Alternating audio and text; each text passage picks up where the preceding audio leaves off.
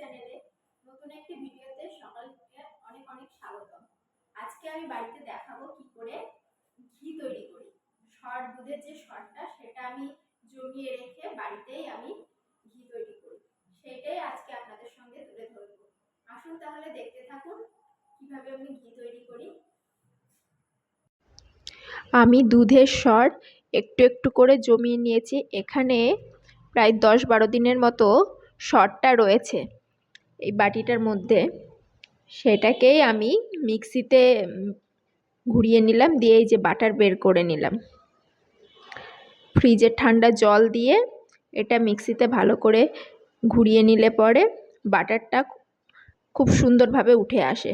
এটা অনেকে হাতে ডলেও করে, কিন্তু ওটাতে অনেকক্ষণ সময় লাগে, তাই আমি মিক্সিতেই করি। আপনারা চাইলে পরে হাতেও করতে পারেন, আবার মিক্সিতেও। এই যে আমি মিক্সিতে অল্প পরিমাণ করে নিয়ে নিচ্ছি।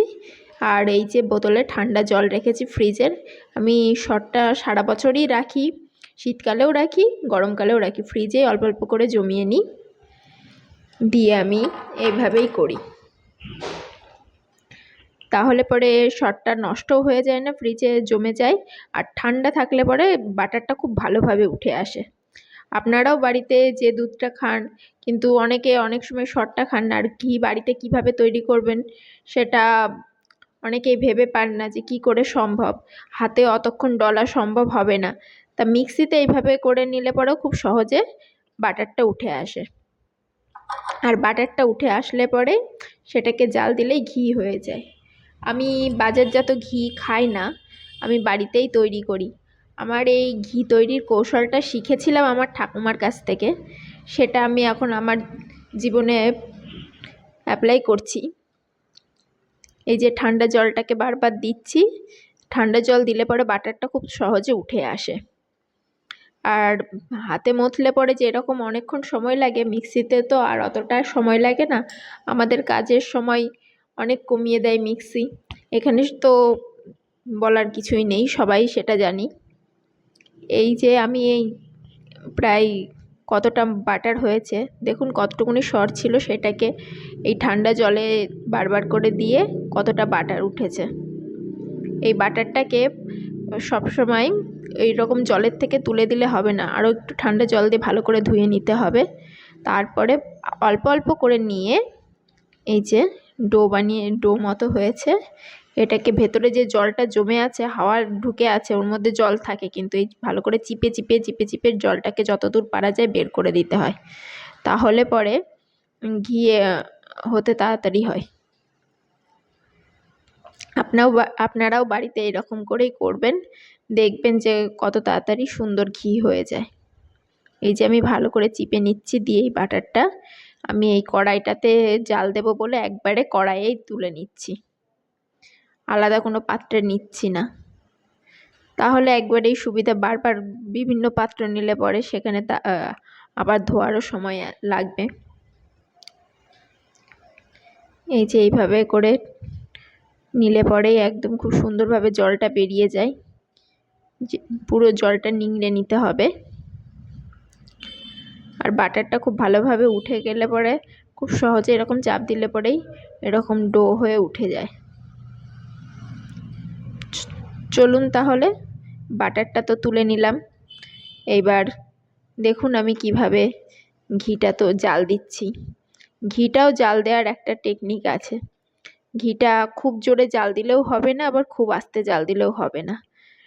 প্রথমে যখন কড়াইটা চাপানো হবে তখন জালটা জোরে দিতে হয়, আর আস্তে আস্তে জালটাকে মিডিয়ামে নিয়ে আসতে হয়।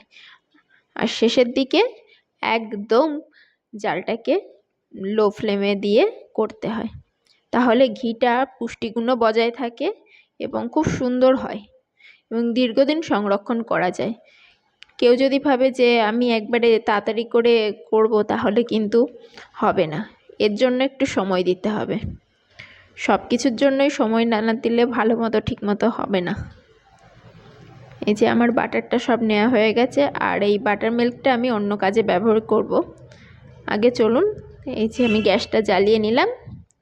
এবার দেখুন যে প্রথমে হিটটা বেশি করে দিয়েছি, আর ঘিটার যে ঘি এখনো হচ্ছে না, এই যে বাটারটা কিভাবে গলতে শুরু করেছে, তাপ লেগে পুরো বাটারটা গলতে শুরু করেছে, আবার দুধের ফর্মে ফিরে আসছে মনে হচ্ছে। এই সময়টা প্রচণ্ড জোরে হিট দিয়ে করতে হবে, আর ভালো করে চামচ দিয়ে বা একটা হাতা দিয়ে নাড়তে থাকতে হবে। এটা ভালো করে গলে গেলে পরে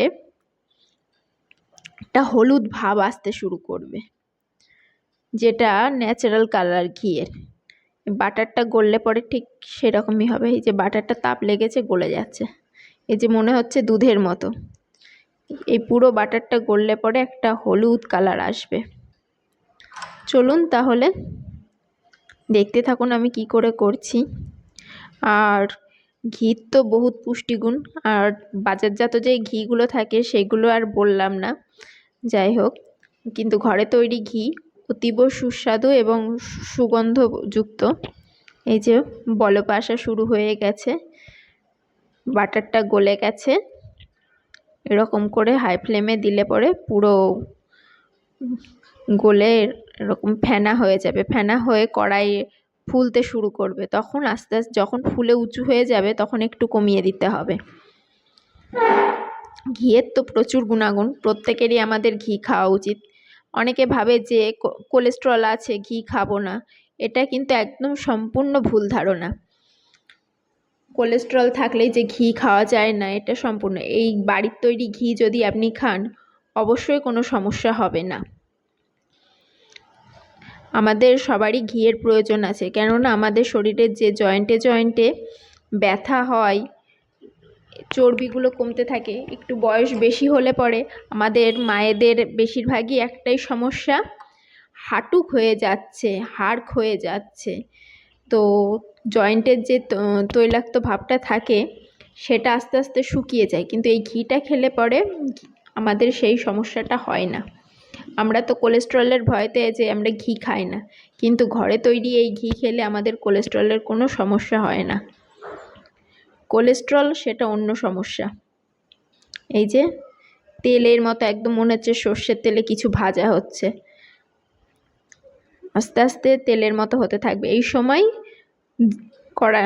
আঁচটাকে মিডিয়াম ফ্লেমে নিয়ে আসতে হবে।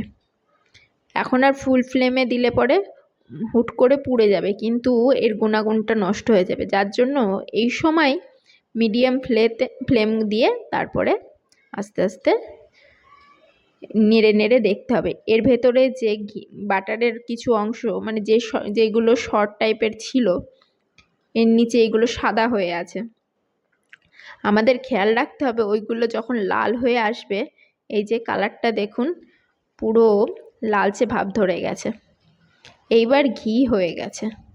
আর এই পর্যায়ে এত সুন্দর গন্ধ বেরোয়, এমনি মনে হবে যেন খিদে পেয়ে গেছে, গরম ভাতের সঙ্গে এই ঘিটা খেয়ে নিই। দেখুন কতটা ঘি হয়েছে, ওইটুকু সর থেকে কতটা পরিমাণ যে ঘি হয়েছে কড়াইয়ে দেখেই বোঝা যাচ্ছে। জালটা এই সময় এই পর্যায়ে একদম লো ফ্লেমে করে দিতে হবে। এই যে এরকম ফেনা ফেনা যখন উঠতে শুরু করে দেবে, তখন গ্যাসটা অফ করে দিতে হবে। কড়াইয়ে যে হিট হয়ে রয়েছে, এতেই এই ঘিটা আস্তে আস্তে ভালো মতো জাল হয়ে যাবে। আর এটা সংরক্ষণ করে রাখলে কাঁচের শিশিতে বহুত দিন পর্যন্ত ভালো থাকে, কোনো রকম বাজে গন্ধ হবে না। এই যে দেখুন পুরো সর্ষের তেলের মতো কালার হয়ে গেছে।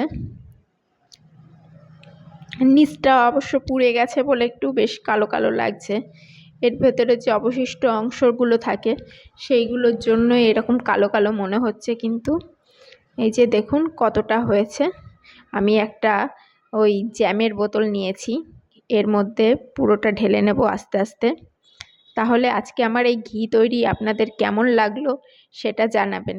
আমি বাড়িতেই ঘি তৈরি করি এবং এই ঘি আমরা সারা বছরই খাই, আমি সারা বছর ধরেই ঘি তৈরি করি।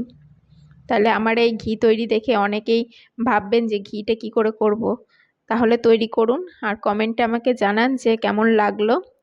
আমার এই ভিডিওটা যদি আপনাদের ভালো লেগে থাকে অবশ্যই লাইক, কমেন্ট এবং শেয়ার করবেন এবং সাবস্ক্রাইব করে আমার এই চ্যানেলটির পাশে থাকবেন। এই ভিডিওটি স্কিপ না করে এতক্ষণ দেখে থাকলে অসংখ্য ধন্যবাদ। আমি যাতে এই ছোট ছোট জিনিস যেগুলো জানি সেইগুলো যাতে এই ভিডিওর মাধ্যমে শেয়ার করব, এতে যদি কারোর উপকার হয় তাতে আমার খুব ভালো লাগবে। ধন্যবাদ। এই যে দেখুন কতটা হয়েছে,